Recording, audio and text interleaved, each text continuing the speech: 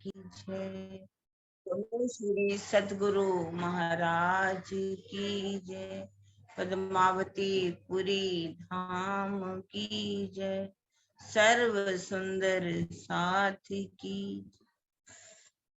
प्रथम लागू दो चरण को, धनिये न छुड़ायो खीन। लाख तली लालेड़िया, मेरे जीव के ही जीवन। इन पांव तले पड़ी रहूं, धनी नजर खोलो भा तुम। पलना वालों निरीखो नेत्रे, मेरे जीव के ही जीवन। मेरे जीव के ही जीवन। बोलो श्री प्राणनाथ प्यारे की जय। बोलो श्री सतगुरु महाराज की। हमारे श्रृंगार की स्वानी के सहूर में आज सबसे पहले हमारी प्यारी सखी दमयंती बहन, जो कच्छ में भोजनगर से है, वो आज हमें वाणी के रस में सराबोर करेगी। दमयंती बहन। हाँ जी दमयंती बहन जी, शुरू करो। प्रणाम जी। मेरे प्रियतम मेरे धनी, मैं अरज सुनाने आई हूँ। अब खुद से पर्दा दूर करूँ मैं, मिलने की आस में आई हूँ। मेरे प्रीतम मेरे धनी, में अरज सुनाने आई हूँ। तुम दूल्हा में दुल्हनी पिया, और न जानो बात जी।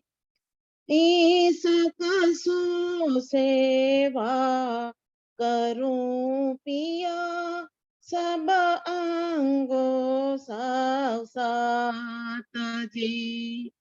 मेरे प्रियतम मेरे धनी, में दरस की आस में आई हूँ।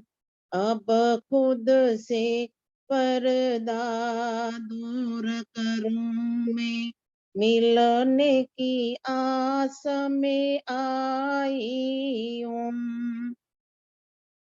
मेरे धनी तुम्हारी साहेबी, तुम अपनी राखो आप। मोहे इसक दीजो अपनों में, तास करूं मिलाप। मेरे प्रियतम मेरे धनी, में शरण तुम्हारी आई हूँ। अब खुद से पर्दा दूर करूं मैं, मिलने की आस में आई हूँ। ना चाहूं मैं बोझर की, ना चाहूं किताब खुदाए। इस कदी जो मोहे अपनो, मोहे आई सो मुदाए। मेरे प्रियतम मेरे धनी, में इश्क को पाने आई हूँ। अब खुद से पर्दा दूर करूं मैं, मिलने की आस में आई हूँ। मेरे प्रीतम में रे धनी में शरण तुम्हारी आई हूँ मैं, अरज सुनाने आई हूँ मैं, शरण तुम्हारी आई हूँ। बोलो प्राणनाथ प्यारे की जय। प्रणाम जी। प्रणाम जी। दीदी एक अंजू बहन से भी ले लो। प्रणाम जी।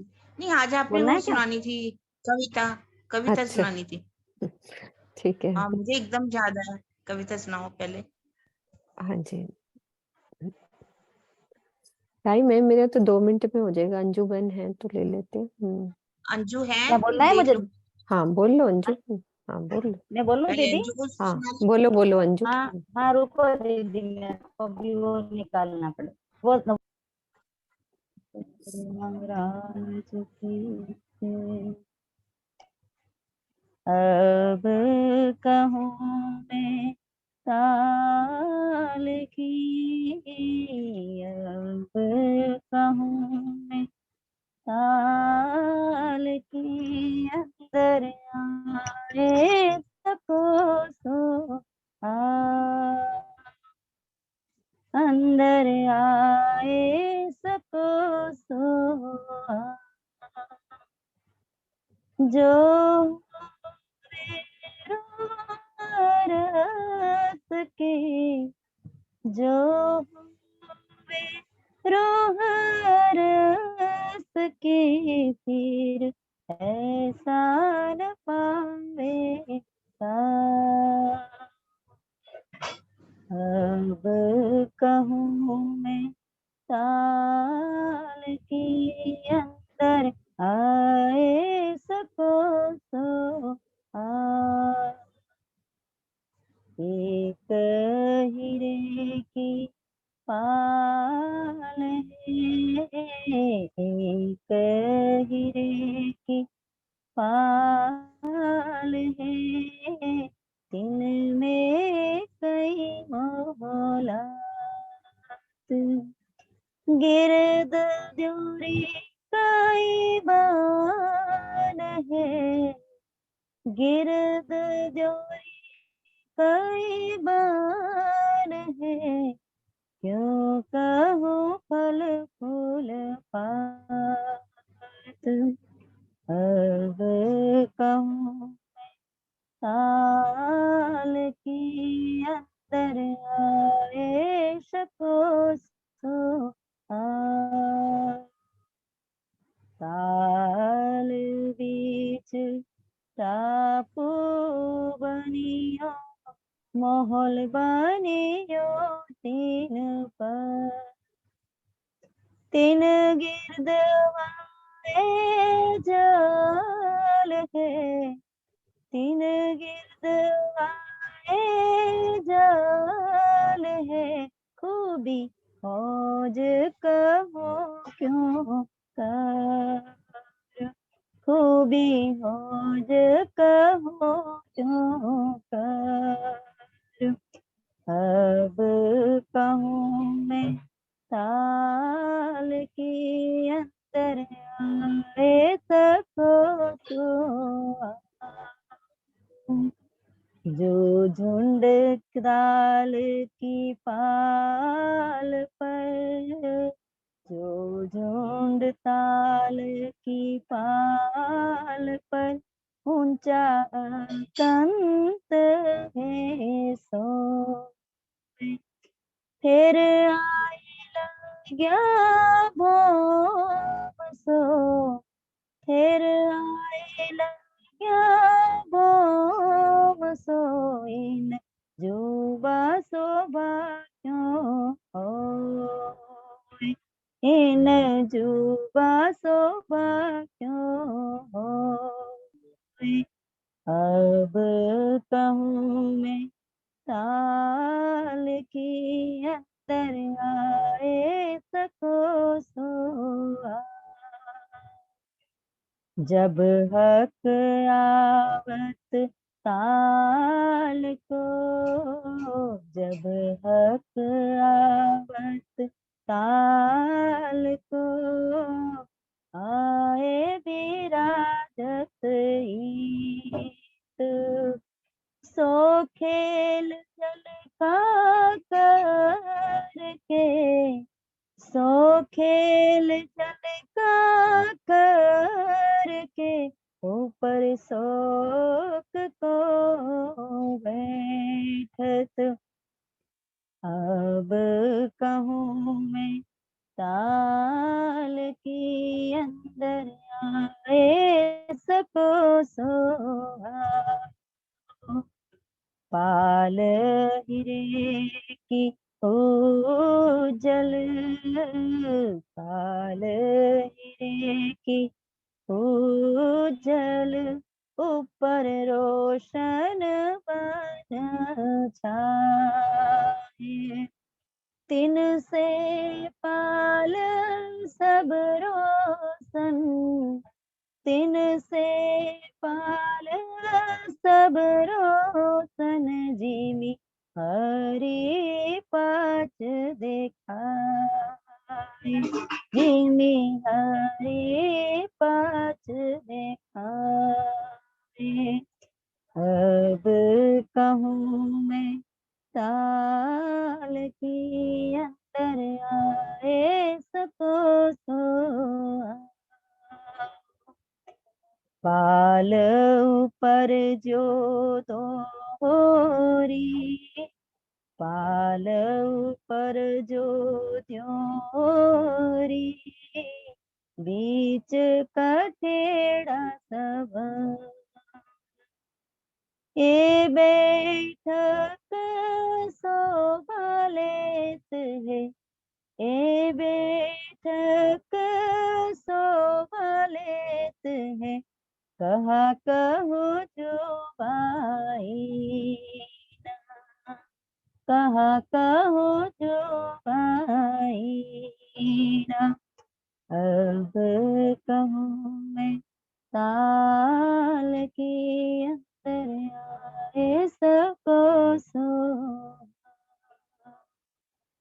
जो होवे रस की, फिर ऐसा न पावे धाम, फिर ऐसा न पावे धाम। बोलिए श्री प्राणनाथ प्यारे की जय। दोनों ने बहुत ही सुंदर वाणी गायन किया। हमारी दमयंती बहन ने, ना चाहूं मैं बुजुर्गी ना चाहूं खिताब खुदाए, इश्क दी जो मुहे अपना मेरा याही सो मुद्दा है। हमारा मेन मुद्दा क्या है? इश्क लेना। और इश्क होगा तो हम होज को सरताल में अवश्य ही प्रवेश करेंगे। तभी तो कहा अब आए सको सो आओ, है ना? जो रूहवे अर्श की फिर ऐसा ना पावे दाओ। फिर नहीं ये समय मिलने वाला। अब हमारे सामने हमारी मीनू जी कविता सुनाएंगी, जो हमारी रीटा, नीरज सबकी बहुत सुंदर साथ की डिमांड पर गीत जो है वो सुनाएंगी कविता। प्रणाम जी, सब सुंदर साथ को प्रणाम जी। ये कविता हमारी प्यारी ज्योति संजेल ऑस्ट्रेलिया वाली हैं, जो उनके द्वारा लिखी थी। तो उनके प्यारे भाव सब रूहों के दिल को ऐसे चुभे हैं, तो हम उसका आनंद लेते हैं शब्दों में।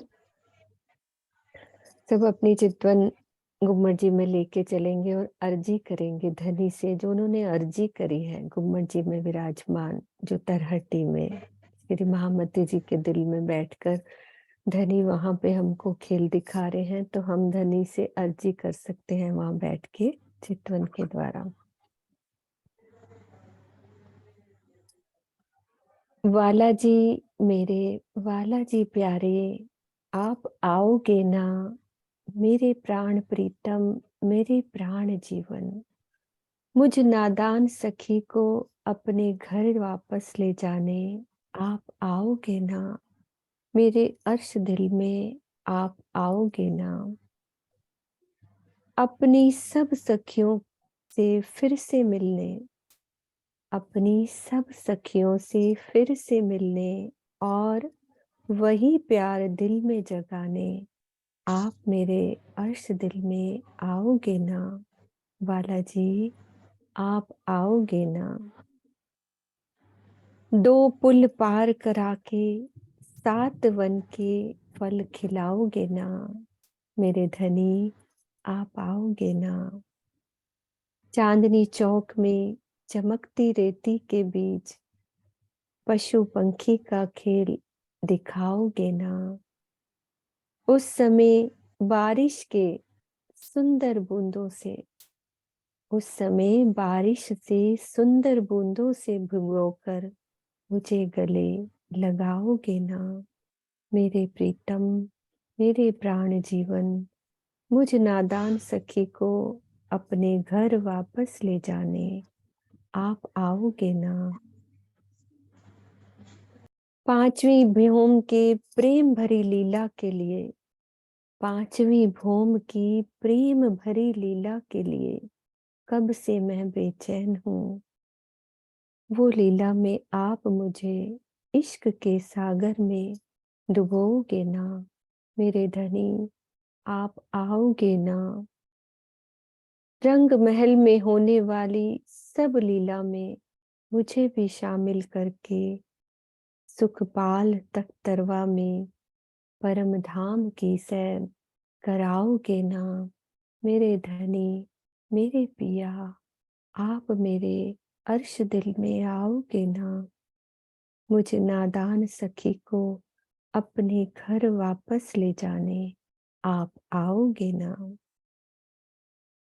बट पीपल की चौकी के सुंदर झूले में झुलाकर फूल बाग नूर बाग की सैर कराओगे ना।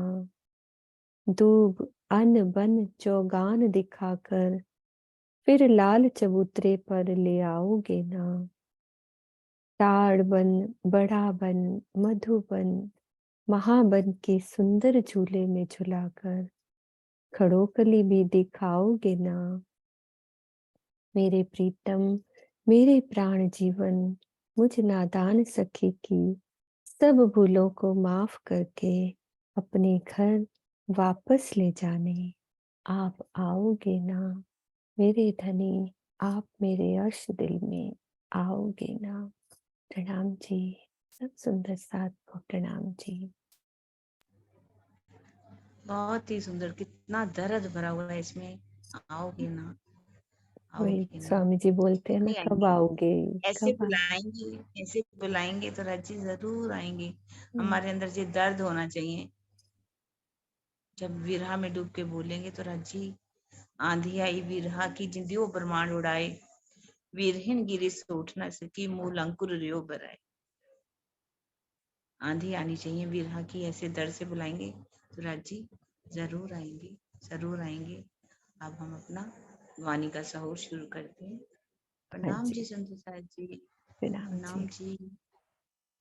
1 मिनट सरोज दीदी को कुमार दे दूँ मैं।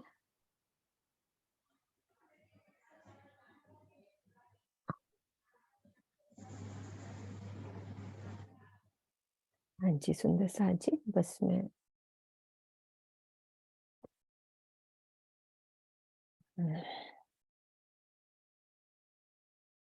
बोलो श्री प्राणनाथ प्यारे की जय, सतगुरु महाराज की जय। प्रकरण हमारा 8 चल रहा है, चौपाई हमारी 33। कई बड़े माहौल किनारे सागरों, कई माहौल टापू झलकत, ए मोमिन कदमों सुख ले वहीं, जाकी असल हक निस्बत, जाकी असल हक निस्बत। सागरों के किनार पर बड़ी रांग की हवेलियां हैं तथा सागरों में बहुत से टापू महल झलकार कर रहे हैं। अक्षरातीत से जिनका शाश्वत संबंध होता है, वे ब्रह्म मुनि श्री राजी के चरणों में इस शोभा का सारा आनंद प्राप्त करते हैं। आ जाओ सुंदर साथ जी, अपन सागरों की सैर करते हैं। कौन सुंदर साथ है, बताएंगे कितने टापू महल कैसे आए हैं। मैं साथ ही नक्शा खोलूंगी। सरोज दीदी आप खोलना, कौन सुंदर साथ बोलना चाह रहे हैं। हाँ कुसुम दीदी का सबसे पहले। हाँ, कहा कुसुम दीदी हमारी लाडली है ना। हाँ तो ठीक है ना, सबसे पहले उन्हीं को खोलो। प्रणाम दीदी।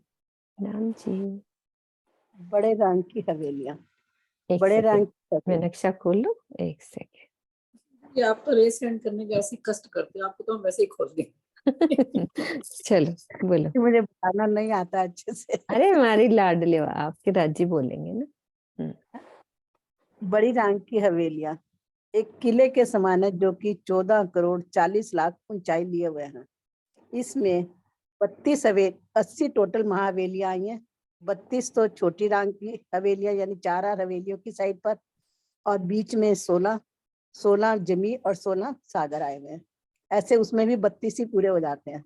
उसके बाद 32 फिर आई हैं। इस प्रकार टोटल 80 महाहवेलियां आई हैं।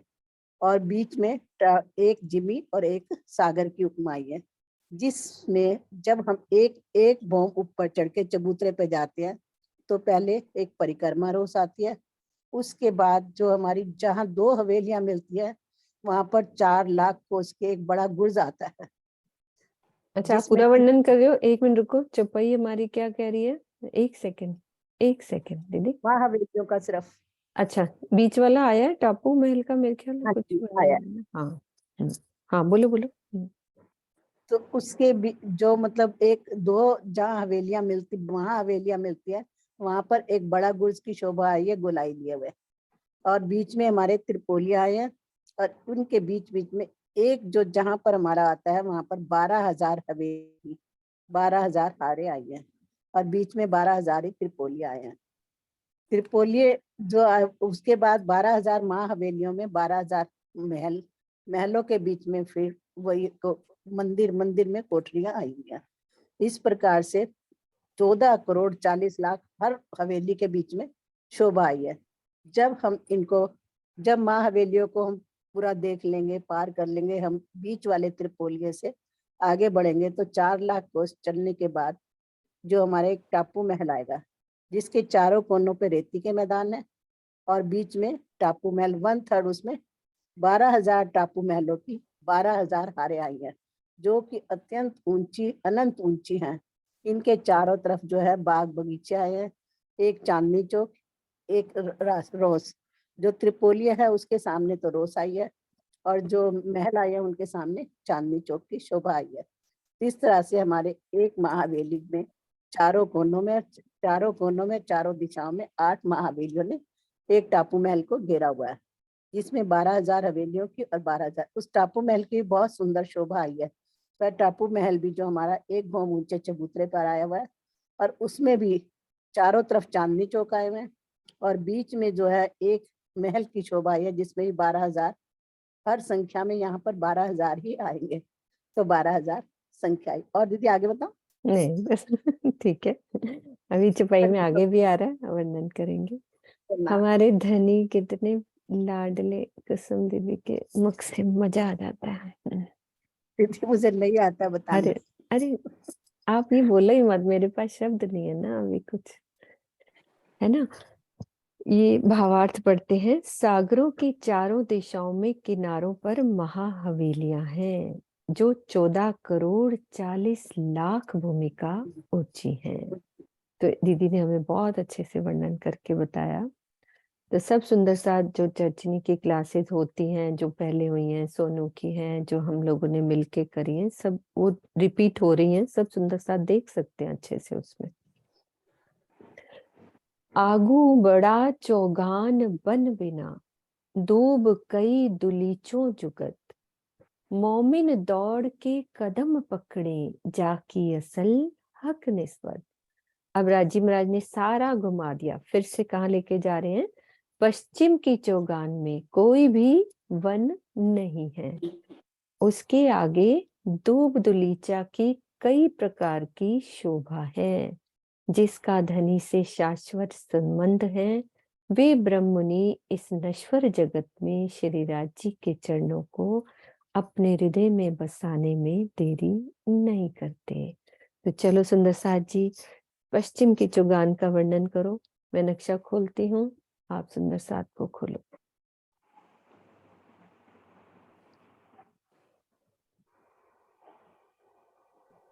हाँ जी श्रुति दीदी, एक सेकेंड बस, मैं नक्शा खोल लूं।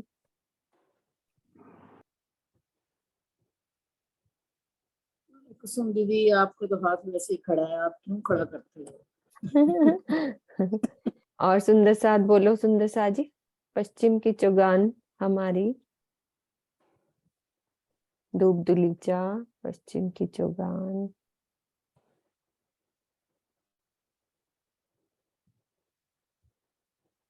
हाँ कोई बोल रहे हैं सुंदर साथ, सरोज दीदी? हैं दो तीन, मधु हाँ और खोल दो ना, मधु दीदी को खोल दो। प्रणाम जी सुंदर साथ जी, प्रेम प्रणाम जी। सुंदर साथ जी, अभी हम घूम के आए हैं सागरों में, महा हवेलियों में, और अब हम चलते हैं सब मिलकर पश्चिम की चौगान में।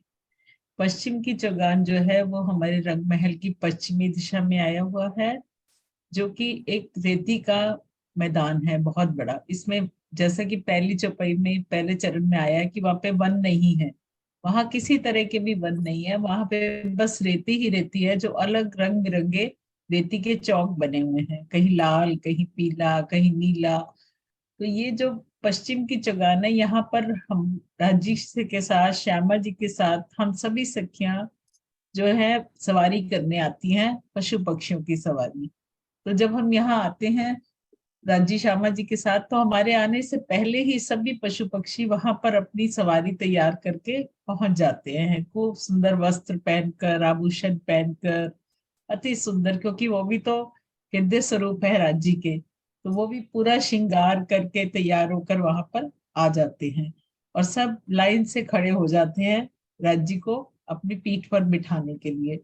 तो सभी तरह के, एक ही जाति के कई कई तरह के हाथी, कई रंगों के घोड़े, कई तरह के उड़ने वाले घोड़े, दौड़ने वाले घोड़े, और इस तरह से वहां पर एक पूरा जो पश्चिम की चौगान है वो पशु पक्षियों के साथ भर जाता है। छोटे पशु पक्षी आगे, बड़े पीछे, इस तरह सभी कतारबंद होकर खड़े हो जाते हैं, और उनके कमांडर भी वहां पर आगे आगे चलकर उन्हें बताते रहते हैं कि ऐसे करो वैसे करो, जैसे बंदर अपनी छड़ी लेकर घूमते रहते हैं वहां पर। और इस तरह से वहां पर बड़ी सुंदर लीला होती है, और जब दौड़ लगाते हैं उस पर बैठकर राजी श्यामा जी सखियां, तो पूरी रेती ऐसे उठती है, और सब एक दूसरे की रेती के रंग एक दूसरे के साथ मिल जाते हैं। और अगर हम इसके पूरब में देखें तो हमें कुंज निकुंज के वन अति सुंदर दिखाई देते हैं। अगर हम दक्षिण की तरफ देखें या पश्चिम की तरफ, तो ज्वेरों की नहरें बिल्कुल इसके साथ लगते हुए आई हैं, और उत्तरी दिशा में इसके हमारा धूप दुलेचे की सुंदर शोभा आई है। तो ये है हमारी अच्छा। पश्चिम की चौगान की शोभा। प्रणाम जी। प्रणाम जी मधुभाभी, प्रणाम जी।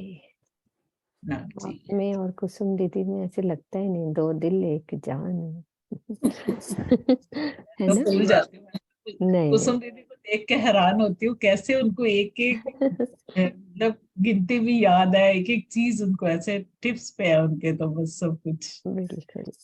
की देर होती है उनसे। मेरे दिल में ना ये जब ये चरण बड़ा अच्छा लग रहा था, मोमिन दौड़ के कदम पकड़े, तो इसका क्या मीनिंग होएगा? तो स्वामी जी ने वही क्लियर करा है कि दौड़कर चरण पकड़ने का तात्पर्य है अपने हृदय में बसाने के लिए अत्यधिक शीघ्रता करना। जो अभी हम कविता में पढ़ रहे थे ना कि राज्य में से वो विरह से कि आप मेरे दिल में आ जाओ, बस वैसे मुझे वो वाणी सुख में भी है। जहां भी स्वामी जी ने अर्थ करा हुआ है चरण पकड़ने का, तो वही है हृदय में वही है, बसाने से ही किया उन्होंने। बसाने के। चरण पकड़ना मतलब हृदय में बसाना चरणों, बिल्कुल। उसी से तात्पर्य लिया उन्होंने। प्रणाम जी। प्रणाम जी। चलो आगे चलते हैं। हक हादी रूहे इन चौगान में, कई पशु पंखी दौड़ावत, मोमिन लेवे सुख कदमों, जाकी असल हक निस्बत। इस पश्चिम की चौगान में श्री राज श्यामा जी के साथ सखियां पशु पक्षी की सवारी करके उन्हें दौड़ाती हैं, धनी से अखंड संबंध रखने वाली ये आत्माएं, हम आत्माएं अपने प्रीतम के चरणों को अपने धाम हृदय में बसाकर इस लीला का सुख लेती हैं। कहा कहूँ बाग अरस की, जित कई रंगों फूल फूलत, रूहे क्यों रहे हक कदम बिना, जाकी असल हक निस्बत, जाकी असल हक निस्बत। चलो अब बागों में चलते हैं। परम धाम के फूल बाग की शोभा का मैं कहाँ तक वर्णन करूं। इन बागों में अनंत रंगों के फूल खिले रहते हैं। श्री राज जी की अर्धांगिनी आत्माएं इस संसार में भी उनके चरणों को अपने हृदय में बसाए बिना नहीं रह सकती। तो फूल बाग का थोड़ा सा वर्णन मैं नक्शा खोलती हूँ।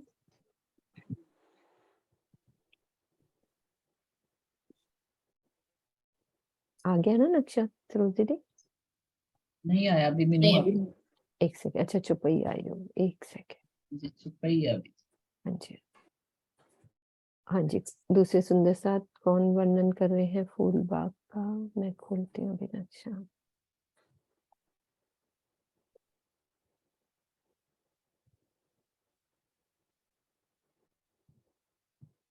हाँ जी,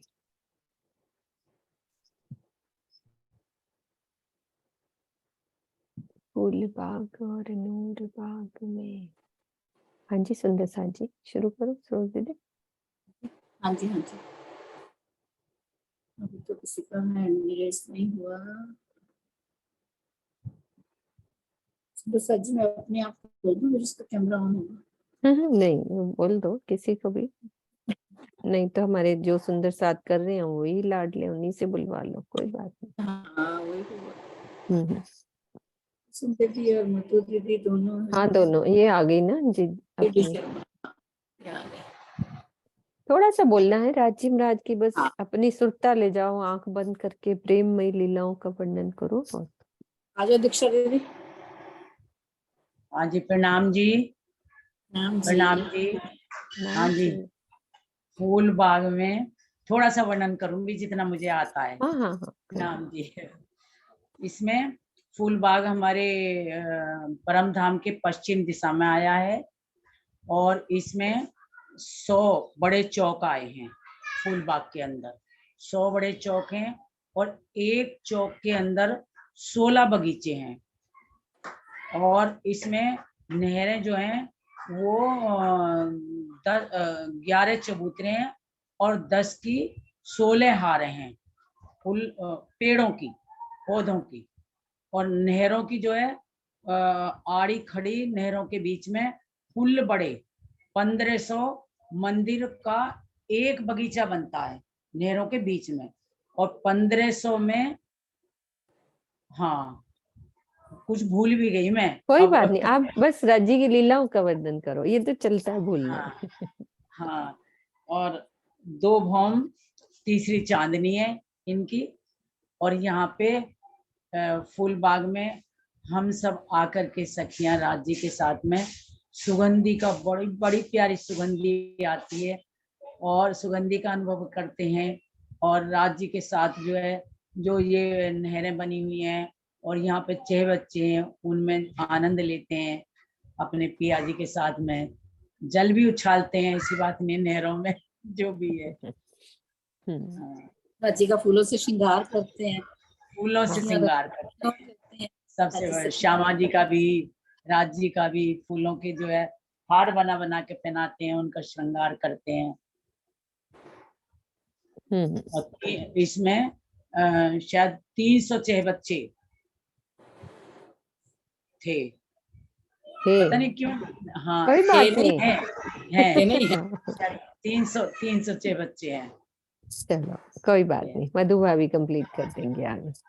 हाँ जी खोल दो मधु भाभी को। हाँ जी आ जाओ मधु दीदी। दीदी ने बहुत अच्छा बता दिया सारा, बहुत अच्छे से। कि फूलबाग हमारी पश्चिम दिशा में आया है, रंग महल की परिक्रमा रौस के साथ बिल्कुल लगता हुआ। तो अगर हम रंग महल की बाहरी हार मंदिरों में हैं तो हम बिल्कुल वहां से दौड़ते हुए अपने फूलबाग में आ सकते हैं। और अगर हम रंग महल की बाहरी हर मंदिरों की झरोखों में बैठे हैं तो वहां से सुंदर नजारा फूलबाग का ले सकते हैं। और पहली जो नहर है उसमें 3000 जो चाहे बच्चे उछल रहे हैं छोटे, उनकी अनुपम शोभा को निहार सकते हैं। और इस पूरे फूल बाग में, जैसे अभी दीदी ने बताया कि 100 बगीचे हैं, लेकिन उसके अंदर छोटे छोटे बगीचे भी बेशुमार हैं। और उसमें बड़ी नहरें हैं, छोटी नहरें हैं, छोटे चाहे बच्चे, बड़े चाहे बच्चे। और उनमें भी नहरों के किनारे पर जो है सुंदर फुलवारी की भी शोभा आई है। जो पाल है उस पर भी फुलवारी की शोभा आई है। तो जब राजी श्यामा जी के साथ हम सखियां यहाँ पर आती हैं, हम यहाँ पर कृष्ण पक्ष के चौथे दिन आते हैं। यहाँ पर कृष्ण पक्ष के चौथे दिन हम लीला करने आते हैं राज्य के साथ। तो जैसे ही यहाँ प्रवेश करते हैं तो पूरे फूल बाग के फूल जो है ना, वो राजी श्यामा जी के चरणों में बिछने लग जाते हैं। कोई फूल अपनी टहनी से उतर कर राज्य की पाग पे आके सज जाता है, तो कोई उनके हेड़े की दुगदुगी बनकर खिलखिलाने लगता है। बेशुमार रंगों के फूल हैं, कोई 1000 पाखड़ी का, कोई कितना बड़ा, बहुत ही बेशुमार। और हम यहाँ पर पकड़न पकड़ाई की लीला करते हैं, छुपन छुपाई की लीला करते हैं। इसके चारों ओर सुंदर बड़े 16 हाथ के चाहे बच्चे हैं, वहां पे भी कभी झीलना करते हैं, कभी उसके किनारे बैठकर जल में अपने पैर डालकर बैठते हैं। इसकी पाल की जो नहरों की पाल है उस पर भी सुंदर बैठ के बनी हुई है हमारी। हम राज्य के साथ बैठते हैं और फूलों का श्रृंगार राज्य को सजाते हैं, कभी श्यामा जी को, कभी सखियों को। और पशु पक्षियों की भी मधुर ध्वनि हमें यहाँ सुनाई देती रहती है। पूरी सुगंधित हवा यहाँ पूरे फूल बाग में लहराती हुई हमें महसूस होती है। इसके अगर हम दक्षिण में देखते हैं तो बड़वन के वृक्ष नजर आते हैं, पश्चिम में देखते हैं तो भी बड़वन के वृक्ष नजर आते हैं हमें, और उत्तर की तरफ देखते हैं तो वहां भी बड़वन के वृक्ष। और ऊपर देखते हैं तो अति सुंदर हमें एक चांदनी नजर आती है, वो भी रंग बिरंगे फूलों की बनी हुई। और नीचे इसके नूरबाग की शोभा आई है। प्रणाम जी सुप्रसाद प्रणाम जी। जी, प्रणाम जी। हाँ जी, आगे लेते हैं चौपाई। रूहे फूल बाग में कई खुशबुएं रस बहकर। वर्षा दीदी आप कुछ बोलना चाह रहे हो, बोल लो पहले, मैं चौपाई आगे बाद में लेती हूँ। प्रणाम जी। दीदी प्रणाम। इसमें ना मुझे दिल में एक भाव आ रहा था कि जो पश्चिम की तरफ 3000 चह बच्चे आए हैं, शायद वो इसलिए आए हैं कि जो 1500 मंदिर हैं, एक एक मंदिर के 2-2 दरवाजे हैं बाहर की तरफ, तो इसीलिए शायद हर दरवाजे के आगे एक एक चह बच्चा पड़ता होगा। बिल्कुल। प्रणाम जी। प्रणाम जी, प्रणाम जी। आप भी कैमरा खोल के बोला करो, आपका दर्शन हो जाएगा। रूहे खेले फूल बाग में कई खुशबुएं रस बहकत, तो क्यों रहे हक कदम बिना जाकी असल हक निस्बत। सखियां परमधाम के उस फूल बाग में, हम सब सखियां परमधाम के फूल बाग में क्रीड़ा करती हैं, जहां वायु की सुगंधी बहती है। धाम धनी के चरणों से हमारा शाश्वत संबंध है, और हम आत्माएं इस संसार में उनके बिना रह ही नहीं सकती, क्योंकि धनी के चरणों से हमारा शाश्वत संबंध है, और हमारे धनी के चरण हमारे जीवन के आधार हैं। विध विध की बन छतरियां जड़ाव चंद्रवा जो छलकत, एक कदम सुख सुपने ले वहीं जाकी असल हक निस्बत। विध विध की बन छतरियां, वृक्षों की डालियां, फूल पत्ते ऊपर आकर आपस में इस प्रकार मिल गए हैं कि रत्नों से जड़े हुए सुंदर चंद्रवा के समान शोभायमान हो रहे हैं। ये छतरियां अनेक प्रकार की शोभा से युक्त हैं। धनी की अंगनाएं इस नश्वर जगत में भी अपने प्रीतम के चरणों को अपने हृदय में बसाकर परम धाम का आनंद लेती हैं। जैसा कि अभी सब सुंदर साथ ले रहे हैं परम धाम की लीलाओं में। तो कौन सी छतरियां बनती हैं फूलबाग की? सुंदर साथ जी वो बताओ, मैं नक्शा खोलती हूँ फिर से।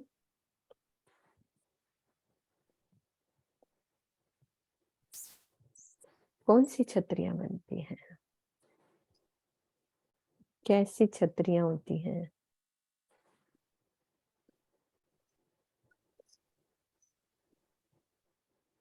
वर्षा, आपको पता है? हाँ बताओ, कैमरा खोल के बोलो एक बारी।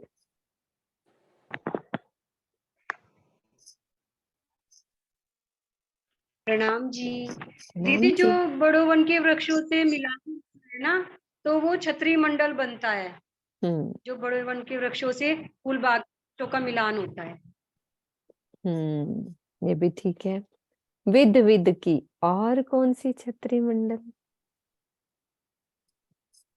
ये तो हो गया, एक तीन तरफ बड़ो वन के मिलान हो गया ना, है ना। और हमारे पास मीना बहन है। मीना बहन, अपना कैमरा खोल के बोलो। वो फुवारे उछलते हैं ना, वो भी छतरी मंडल ही बनता है चारों कोनों में। हाँ चलो, अभी सब मिलके बोलते हैं। विजय दीदी, राज रानी जी, सब खोलो। और कौन सी छतरियां? जो छतरियां मीनू जी, जो ये आता है ना अपना फूल बाग के में, इधर जहाँ छज्जे से जो मिलान होता है, जो पहली हमारी पर जहाँ चबूतरा रॉन्स आई है ना, रॉन्स के ऊपर जो ये छज्जों से मिलान करते हैं वृक्ष, ये वाले जहाँ ये आपका है ना। मैं पूरा क्लियर नहीं बोल पाया। मिलान होता है ना, तो वो पूरा मंडल बन जाता है। पूरा छत। ये हमारा फूल बाग कितने भोम का है? 2 भोम तीसरी चांदनी। 2 भोम तीसरी चांदनी, है ना। जी हाँ बोलते जाओ, मैं नहीं बोलूंगी, सब सुंदर साथ आपस में। एकदम छतरी मंडल पूरा बन जाता है। फूल बाग से तीसरी भूम में चले जाएंगे और तीसरी भूम से फिर इधर भी आ सकते हैं हम। जो चारों तरफ इसके जो चाहे बच्चे हैं वहां भी जा सकते हैं। चाहे बच्चे, जब इसका मिलान है वो भी एक तरह छतरी मंडल ही बनते हैं। बिल्कुल। अच्छा, अब मधु भाभी, आप आराम से अब सारा क्लियर कर दो। प्रणाम जी सुंदर साथ जी। क्योंकि यहाँ पे ना तरह तरह के वृक्ष हैं। कोई 3 मंदिर की दूरी पे है, कोई 1 मंदिर की दूरी पे है, कोई 2.25 मंदिर की दूरी पे है। तो वो जब आपस में मिलान करते हैं तो उनका भी छतरी मंडल अलग अलग दूरी का जैसे वो हमें दिखाई देगा। कोई छोटा, कोई बड़ा, कोई उससे बड़ा।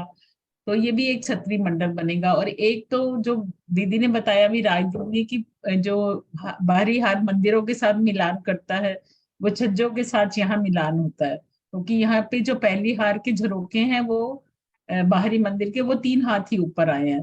तो इसलिए छतरी मंडल हमारा छज्जे के साथ जाके मिलान करता है। फिर दूसरी भौम में भी ऐसे ही मिलान करता है, और तीसरी तो फिर हमारी चांदनी बन जाती है। और इसके अलावा जो बड़ो वन के वृक्षों ने मिलान किया है वो भी छतरी मंडल बनता है। और जो चारों चाहे बच्चों के ऊपर इन वृक्षों की छाया पड़ती है ना, जल चबूतरे तक इसके, तो वो बहुत सुंदर छतरी मंडल बनाते हैं। उधर से बड़ो वन के वृक्ष साथ में बनाते हैं, इधर से फूल बाग के वृक्ष उनके साथ मिल जाते हैं। और ये जो हमारा ईशान कोण का इधर अगेन, हाँ ईशान कोण के चाहे बच्चे में, तो उधर से भी बड़ो वन के वृक्ष लाल चबूतरे की तरफ से भी आ जाते हैं। इधर बट पीपल की चौकी का वृक्ष भी छतरी मंडल डालता है अगिन कोण के चाय बच्चे पर, जो फूल बाग का अगिन कोण का चाय बच्चा है उस पे। तो इस तरह से, और एक पूरा छतरी मंडल तो जो पहली चांदनी बनती है उसकी, वो तो है ही है पहली पूरा। और दूसरी, वो तो पूरा बनता ही बनता है छतरी मंडल। तो इस तरह से छतरी मंडल बनता ऐसे ये विद विद की छतरी मंडल हो जाता है, अलग अलग तरह का छतरी मंडल। विद विद की बन छतरियां, जड़ाव चंद्रवा जो छलकत, है ना। इन बाग तले जो बाग है, इन बाग तले जो बाग है, ए क्यों कहे जुबां सिफत, ए मोमिन कदम क्यों छोड़ही, जाकी असल हक निस्बत। फूल बाग के नीचे जो नूर बाग आया है, उसकी शोभा का वर्णन यहाँ की जिह्वा कैसे कर सकती है।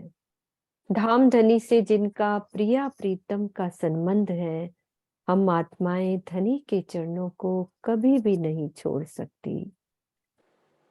नूर बाग का वर्णन आ गया ये हमारे फूल बाग के तले। बाग, जो बाग है। हाँ बोलो बोलो सरोज दीदी। नहीं, चौपाई बड़ी अच्छी लग रही थी, मैं चौपाई लगी थी। बाग तले जो बाग है, इन बाग तले जो बाग है। अच्छा समझाया हुआ है ना। हाँ, इन बाग तले जो बाग है। हाँ, आप भी बोलो सरोज दीदी, मैं नक्शा खोलती हूँ। कौन सा बाग का वर्णन है?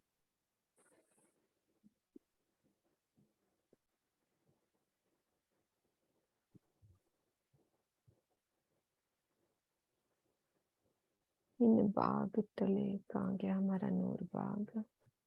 ये रहा। शब्द कुछ भी शब्द नूर बाग का वर्णन करो। प्रणाम जी। प्रणाम जी। थोड़ा सा करूंगी हैं, ऐसा ही बोलने का वो बना रहेगा ना मेरा, मुझसे हाँ अब बोला नहीं जाता। अरे पहले आप कुछ भी। बुलवाते थे तो मैं बोल लेती थी, और अब मुझसे बोला ही नहीं जाता। याद चीज भी भूल जाती हूँ, पता नहीं क्या है। नहीं नहीं, बोलोगे आप, थोड़ा ये सा बोलो। फूल बाग के नीचे आया है नूर बाग, और इसमें 1502 नूर के थंब आए हुए हैं। और इसमें फूल बाग में आने के लिए जो हमारी पश्चिम की मोटी दीवार है ना मंदिर की, नूर बाग हमारे में आने के लिए। नूर बाग में आने के लिए, उसमें सीढ़ियां बनी हुई है। वो मोटी दीवार है 3x33x8 की, बहुत मोटी दीवार है वो। उसमें से सीढ़ी जो है नीचे को उतर के आई है नूर बाग के वहां पे, और उन सीढ़ियों से हम कूदकर पहली नहर की उस पर पहुंचते हैं। हाँ। कुछ ऐसे करके, जब आपने चर्चा नहीं करी थी ना, बस जभी का याद है मेरे को, फूल बाग और नूर बाग का थोड़ा सा जैसा भी है। और इसमें नहरें आई हैं। इसमें नहरें 3.25 मंदिर की नहरें हैं, 3.25 मंदिर की नहरें, जिनमें जो 50 में जल है और 25-25 में रोस है। ऐसा कुछ है हाँ, वर्णन। कोई बात नहीं, आप बस खाली बताओ मोटा मोटा, कोई गिनती की जरूरत ही नहीं है। हाँ। आप बस नूर बाग में घुमा दो राज जी के साथ। हाँ जी। ठीक है, ज्योति और दीदी को साथ ले लेते हैं, ज्योति दीदी बाकी का बता देंगे। ज्योति दीदी आ जाओ। और कोई सुंदर साथ क्लियर कर देगा। मधु बहन जी तो प्रणाम। बहुत अच्छा बता रही है, बहुत सुंदर बता हाँ रही जी, है। वो बाग ऐसा लग तले रहा है बाग कि वहीं है ना, घूमते हैं तो हम। फूल बाग। आवाज आ रहा है दीदी? हाँ, आ रही आ रही आ रही। वो बाग तले बाग तो वही फूल बाग के नीचे, तले वही नीचे जो नूर बाग आया है, तो उनका ही वर्णन हो रहा है। वो जो 6600 नूर के थंब आए हैं, उनका ही ये वर्णन हो रहा है। जो हर बगीचों में भी घेर के आए हैं, और चारों 100 हमारे बगीचे हैं, तो चारों चारों तरफ से उसको भी घेर के आया है। और 100 के 100 बगीचे हैं, तो बगीचों को भी घेर के आया है। तो 6600 नूर के थंब आए हैं। और इसमें वो जो आते हैं उसको खिड़की बोला गया है। जो हमारे रंग महल से दरवाजे आते हैं पतली, तो उसको खिड़की बोला गया है। 10 खिड़कियां। तो उसका ही वर्णन अच्छे से बता दी है दीक्षा दीदी। और तो हाँ जी, और सब ठीक है। प्रणाम। मधुबा भी एक बार रिवाइज कर दो, अच्छे से पूरा कंप्लीट कर दो। प्रणाम जी सुंदर सर जी। फूल बाग के नीचे नूर बाग आया है, और नूर बाग हमारी धाम जमीन पर आया है। जैसे फूल बाग तो परिक्रमा रॉस के साथ लगकर आया था ना, तो ये धाम जमीन के साथ लगता हुआ आया है। तो अगर हमें रंग महल से नूर बाग में आना है, तो जो हमारे 2 मंदिरों की संधि की दीवार होती है, उसके मध्य में सीढ़ियां आई हैं। उन सीढ़ियों से जब नीचे उतरते हैं, तो दीक्षा दीदी के साथ हम छलांग लगाकर उसके पहली नहर के चबूतरे पर आ जाते हैं। हम सभी सखियां वहां से छलांग लगाते हुए नहर के चबूतरे पर आती हैं। और यहाँ पे पूरी शोभा फूल बाग की तरह ही है। वैसे ही यहाँ नहर के चबूतरे हैं, वैसे ही बड़े बगीचे, बड़े बगीचों में छोटे बगीचे। और बस अंतर इतना ही है कि यहाँ पे नूर के थंब आए हैं, जो बड़े बगीचे को भी घेर कर आए हैं, और फिर उनमें जो छोटे 100 बगीचे आए हैं उनको भी अलग अलग घेर कर नूर के थंब आए हैं। जो कि नूर की मतलब वैसे तो नूर कहते हैं जैसे हीरे की तरह चमकते हैं, पर यहाँ पर पीले दिखाए हैं थोड़ा। तो इनमें जब सखियां राजी श्यामा जी के साथ हम आते हैं, तो इन थंबों में हमारे आभूषणों का, हमारे वस्त्रों का बहुत सुंदर प्रतिबिंब बनता है। तो हर तरफ ये नूर के थंब भी रंग बिरंगे दिखने शुरू हो जाते हैं। और यहाँ भी हम राजी के साथ वही लीलाएं करते हैं, जैसे भागना, दौड़ना, खेलना, कभी झीलना करना, कभी आरोगन की लीला करना। तो इस तरह से बहुत ही आनंद के साथ हम यहाँ पर फूल बाग वाली सारी लीलाएं हम यहाँ भी नूर बाग में बैठ कर करते हैं। प्रणाम जी। प्रणाम जी। सुंदर सा जी, देखो आज मधु भाभी घर में देखना कितना आनंद लेंगी। आप सब भी बोलो तो सारा दिन ये घूमता रहेगा, देखना वो वर्णन दिल में वैसी ही लीलाएं घूमती रहेंगी। मोर चकोर मैना कोयली कई विध वन टहुकत, रूहे कदम सुख सुपने ले वही जाकी असल हक निस्बत। हाँ जी वर्षा दीदी, आप भी कुछ कह रहे थे, मेरे ख्याल आपके दिल में नई चीज आ रही है। वर्षा दीदी खोलो। प्रणाम जी दीदी। एक भाव और आ रहा था दिल में कि यहाँ पे फूल बाग और नूर बाग में ना हम सब सखियां राज्य के साथ होली भी खेलती हैं। ऐसी होली खेलती हैं, पानी से होली खेलती हैं, जैसे जैसे आभूषण बजते हैं ना सखियों के पैरों के हाथों के, तो ऐसे ऐसे ही उतनी ही तेजी से चह बच्चों में जल उछलता है। और राज्य जैसे एक इशारा कर देते हैं किसी भी चह बच्चे की तरफ, तो एकदम से वो सारा जल एकदम से उछलकर हम सब सखियों को पूरा ऊपर से नीचे तक प्रेम में राज्य के भिगो देता है। प्रणाम जी। प्रणाम जी। अच्छा देखा? बच्चा अलग रंग में रंग जाता है वर्षा दीदी। हर चाहे हाँ बच्चे में अलग रंग घुल जाता है और वो सखियों पे आ जाता है, फिर कहीं से लाल बिल्कुल। कहीं से जामुनी। नूर बाग के 3 तरफ 5 भूमिका के ऊंचे बड़ोवन हैं, जिसमें मोर चकोर मैना और कोयल आदि अनंत प्रकार के पक्षी हैं, जो अति मीठी ध्वनि में बोला करते हैं। श्री राज्य की हम अंगनाएं अपने हृदय में उनके चरण कमलों को बसा लेती हैं और सब मिलकर परमधाम के आनंद का रसपान कर रही हैं और करती रहेंगी, है ना। तो नूर बाग में ही नहीं, खाली फूल बाग में भी, यहाँ नूर बाग का वर्णन चल रहा है तो कह दिया 5 भूमिका के। तो अपने जो मोर चकोर मैना कोयली फूल बाग में भी तो आती होंगी ना उड़कर, जहाँ हम धनी के साथ मिलकर बैठे हैं। चौक बने हुए हैं फूलों के, कितना 1000 पाखड़ी वाला फूल है। तो हम तो उस फूल के अंदर ही बैठ जाती हैं धनी के साथ, और फूल बंद हो जाता है। इतना बड़ा फूल है कि 12,000 सखियां एक साथ उस फूल के अंदर बैठ जाएं और साथ में मोर चकोर मैना कोयल सब आसपास अपने धनी का गुणगान करें, पिया पिया धनी धनी, है ना, वैसी शोभा। जो खेले झीले चह बच्चे जल फुआरे उछलत, फुआरे उछाल दिए ना उन्होंने, तो क्यों रहे हक कदम बिना जाकी असल हक निस्बत। नूर बाग में नूरमयी जल के फुआरों से जल ऊपर उछलता रहता है। जो सखियां जल के कुंडों हौजों में स्नान करती हैं और तरह तरह की क्रीड़ाएं करती हैं, तो कौन से जल के हौज हैं वहां जल के कुंड, तो वो इस संसार में भी, हम सब संसार में भी धनी के चरणों के बिना नहीं रह सकती, क्योंकि हम राज्य की बहुत ही प्यारी प्रियाएं हैं, है ना। कौन से जल के कुंड हैं? जल के कुंडों हौजों बिना, झीले चह बच्चे जल फुआरे उछलत। एक तो 16 हाथ के ही चाहे बच्चे हैं, वो तो खैर यहाँ नूरबाग में नहीं आएंगे क्योंकि उनकी तो दीवार ही नजर आती है सिर्फ। बाकी बड़ी नहरें जहाँ कटती हैं वहां पे चाहे बच्चे हैं, जहाँ पे छोटी नहरें कटती हैं वहां पे चाहे छोटे बच्चे छह हैं। बच्चे। वो जल के कुंडी कहलाएंगे सारे। बिल्कुल। तो जल क्रीड़ाएं छोटे करते थोड़ी हैं। ना, उनका साइज हमें देखने में वो साइज बोलते हैं हम, बहुत बड़े बड़े हौज ही बन जाते हैं वो।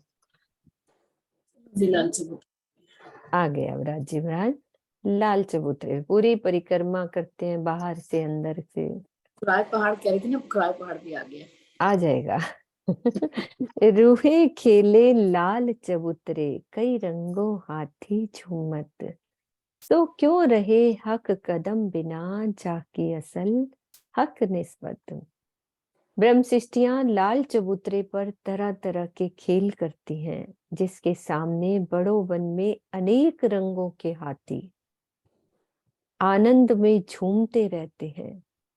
यहाँ की लीला में मगन रहने वाली हम आत्माओं के लिए संसार में भी धनी के चरणों के बिना रह पाना संभव नहीं है, क्योंकि हमारा धाम धनी से परम धाम का ही संबंध है।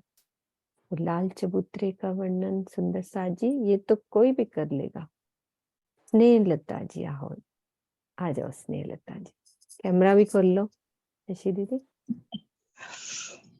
लाल चबूतरा रंग महल के उत्तर दिशा में स्थित है। एक सेकेंड, मैं नक्शा भी खोल लूं। एक सेकेंड दीदी, सिर्फ एक सेकेंड, मैं बस थोड़ा सा नक्शा खोल लेती हूँ तो अच्छा लगेगा आपको भी बोलने में। आ गया, बस शेयर करती हूँ, 1 मिनट शेयर करती हूँ। हाँ जी बोलो। उत्तर दिशा में 1200 मंदिर लंबा और 30 मंदिर चौड़ा लाल चबूतरा आया है। 40 हांस में है ये। 40 हांस में अलग अलग रंगों की कालीन बिछी हुई है। लाल, नीली, पीली, हर हांस में अलग कालीन का कलर आया है। हर हांस में एक एक सिंहासन है और उसके दाएं बाएं 3-3 हजार कुर्सियां लगी हुई हैं सखियों के बैठने के लिए। और 2 हांस की संधि में ना चांदों द्वारा सीढ़ियां आई हैं। हर हांस में इस तरह से 40 सीढ़ियां हैं चांदे द्वारा लाल चबूतरा के पे जाने के लिए, और 2 सीढ़ियां चांदे द्वारा ना पूर्व और पश्चिम दिशा में भी आई हैं। इस तरह से 42 सीढ़ियां हो जाती हैं। ठीक है। हाँ जी, हाँ जी, कोई बात नहीं, आ जाओ। हाँ, और भी साथ साथ बोल लो विजय दीदी, आप भी बोल लो, आपका नेट चला गया है स्नेह दीदी। इन्होंने तो स्नेह दीदी ने वर्णन कर दिया लाल चबूतरे का। इतना हाँ जी, हाँ जी, ठीक है दीदी। नहीं, उसके आगे हमारे बड़ो वन के वृक्षों की 41 वृक्षों की 41 हारें आई। यहाँ पर जो है सब पशु पक्षी अनेक प्रकार की जो लीलाएं करके अपने धनी को रिझाते हैं। कोई फूल बांदर ना ये हाथी अपने अलग अलग करतब करके, बांदर तो सुंदर फूलों की मालाएं बनाकर राज श्यामा जी को पहनाते हैं। जो हमारी शुरू 17 हारें आई हैं, ये तो 1 भौम तक रंग महल तक गई हैं, बाकी की हमारी 250 भौम ऊंची जाती है। इसमें जो बीच में हमारे वृक्ष आए हैं, इसमें हमारे 5 झूले भी आए हैं। जो झूले हैं हमारे वो 1 हाथ मतलब ऊंचे हैं, और उसमें आकर के जो हम नीचे जो पशु पक्षी हैं वो उचक उचक कर हमें देखते हैं कि कैसे ये ऊपर झूला झूल रहे हैं। यहाँ बड़े थे, जैसे हाथी और खरगोश आपस में लड़के राज्य को लीलाएं करके यहाँ पर धनी को रिझाते हैं। और जो छज्जे निकले हैं 5 हाथ के वृक्षों में, उसमें सब सखियां वहां छज्जों पे खड़े होकर एक दूसरे से बस इशारों में ही बातें करती है, क्योंकि आ जा तो सकते हैं नहीं वहां से। बिल्कुल वर्षा दीदी ले लो साथ में। अरे नहीं, जो भी थोड़ा थोड़ा बोलेंगे सब। क्या है ना कि नीचे हाथी और खरगोश की लड़ाई होती है, मैं उसी की चौपाई बताना चाहती हूँ। खरगोश एक जवेर का चले रूह के मन सो, खरगोश एक जवेर का चले रूह के मन सो, बड़ा फील लड़े अर्श का, बड़ा फील लड़े अर्श का, कौन कहे जित इनमो, खरगोश एक जवेर का जले रूह के मन सो। प्रणाम जी। प्रणाम जी। हाँ जी, अब कंप्लीट वर्णन कर दो मधु भाभी, थोड़ा सा जो चुपई में कहा है। मीनू भाभी काफी हो गया, सुंदर साथ में कर दिया डिटेल्स तो बहुत अच्छी तरह सारा सुंदर साथ में। ठीक है, आगे चलते हैं अपन। कई बाघ चीते दीपे केसरी, बोले कूदे गरजत, रूहे क्यों रहे हक कदम बिना, जाकी असल हक निस्बत। लाल चबूतरे के सामने बड़ो वन में अनेक प्रकार के बाघ, चीते, तेंदुए और केसरी सिंह लीला रूप में गरजते हुए बोलते हैं और लंबी लंबी छलांगे भरकर कूदते हैं। सखियां इस लीला की प्रत्यक्ष दृष्टा हैं और वे संसार में भी धनी के चरणों को अपने धाम हृदय में बसाए रखती हैं। अंग अंगी का संबंध कुछ ऐसा है। परम धाम के बाघ, चीते और सिंह आदि भी प्रेम के स्वरूप हैं। उनमें कल्पना मात्र भी हिंसा की भावना नहीं होती। उनकी गर्जना भी मात्र लीला रूप में ही है। कई विध बाजे बजावही, इत बांदर नट नाचत, रूहे सुपने कदम ना छोड़ही, जाकी असल हक निस्बत। इस लाल चबूतरे के सामने बड़ो वन में बंदर अनेक प्रकार के बाजे बजाते हैं और नट नृतक की तरह बहुत ही सुंदर नृत्य करते हैं। धनी के हृदय की हम अंग रूपा आत्माएं इस संसार में भी उनके चरण कमलों को नहीं छोड़ पाती। कई बड़े पशु पंखी अरस के, कई उड़े खेले कूदत, रूहे क्यों रहे हक चरण बिना, जाकी असल हक निस्बत।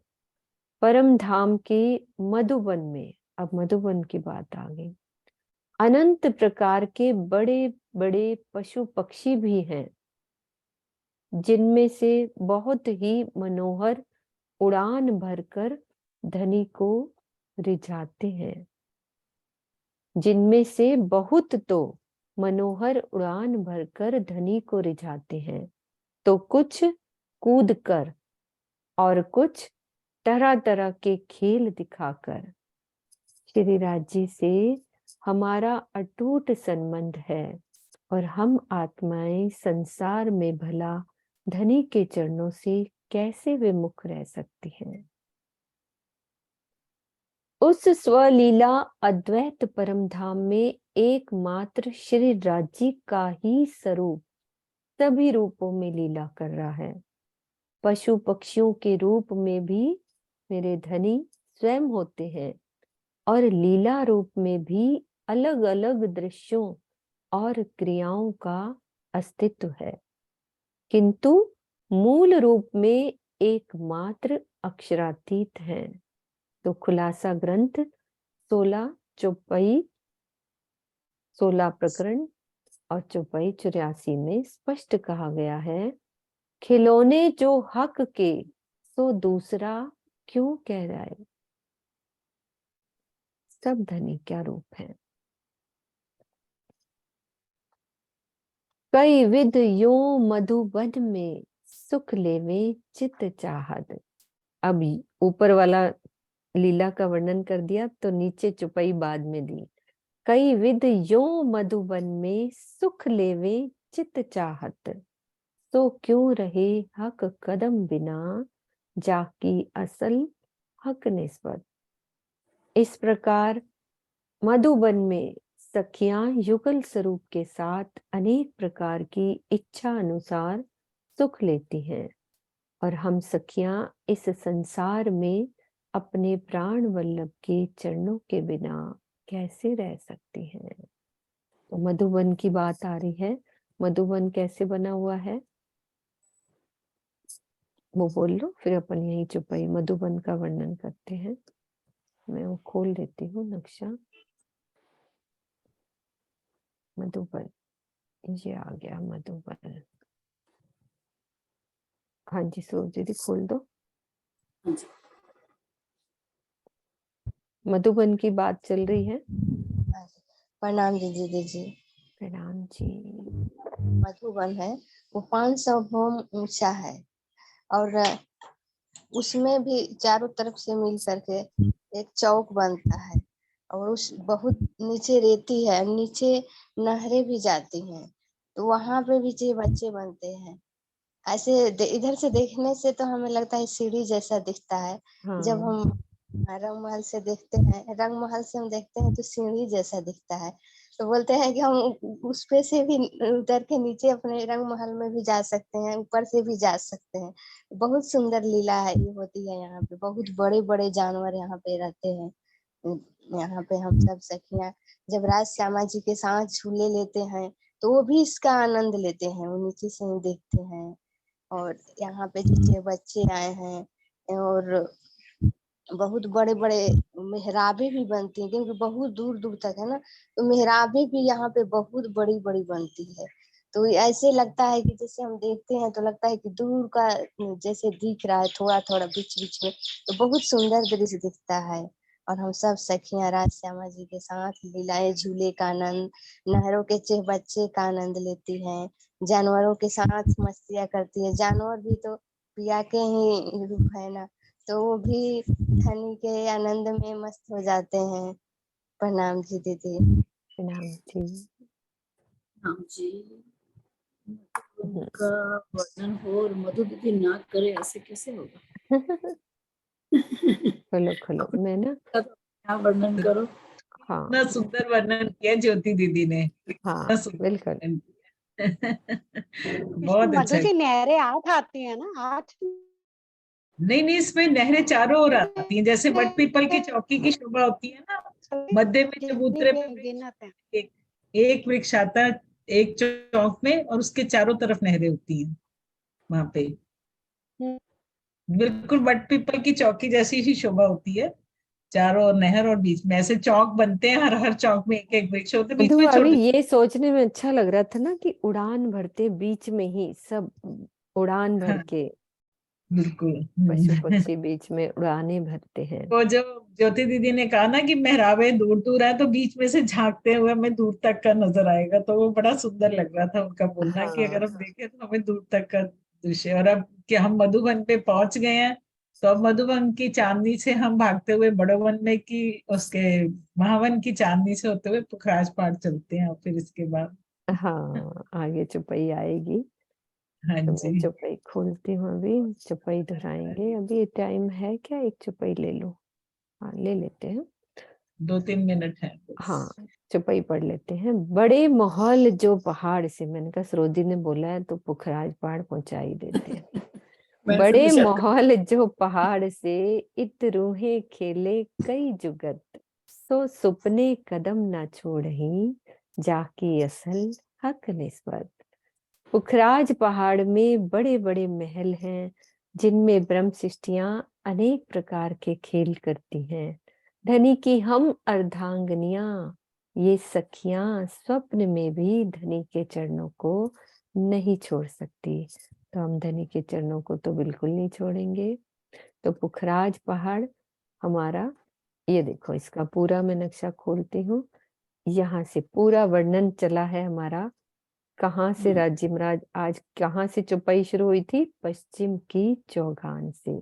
पश्चिम की चौगान का वर्णन चला, फिर इधर से दूब दुलीचा। अभी अन्न बन की चौपाई नहीं आई थी ना, फिर अन्न बन की नहीं आई। दूब दुलीचा से फूलबाग नूरबाग, ये वर्णन चला।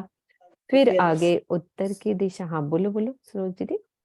फूलबाग नूरबाग के बाद फिर वहीं आ गए ना उत्तर दिशा में लाल चबूतरा, लाल चबूतरा से फिर हाँ सागरों से शुरू हुई थी। सागरों से शुरू हुई, हाँ सागरों से शुरू होके सीधा पश्चिम की। ऐसे लग रहा था धनी अपने सुखपालों में सागरों में बिठाकर पश्चिम की चौगार में यहाँ पे सुखपाल उतार दिए। फिर वहां से हमने धनी के साथ लीलाएं करी। यहाँ पे हाथी घोड़ों पे बैठकर धनी के साथ पश्चिम की चौगान का आनंद लिया। पश्चिम की चौगान में नहरें नहीं थी ना, वो इसलिए इसके बाद फूलबाग लाए झीलना करने के लिए। झीलना करने के लिए, तो वहां पे तो रेती रेती है।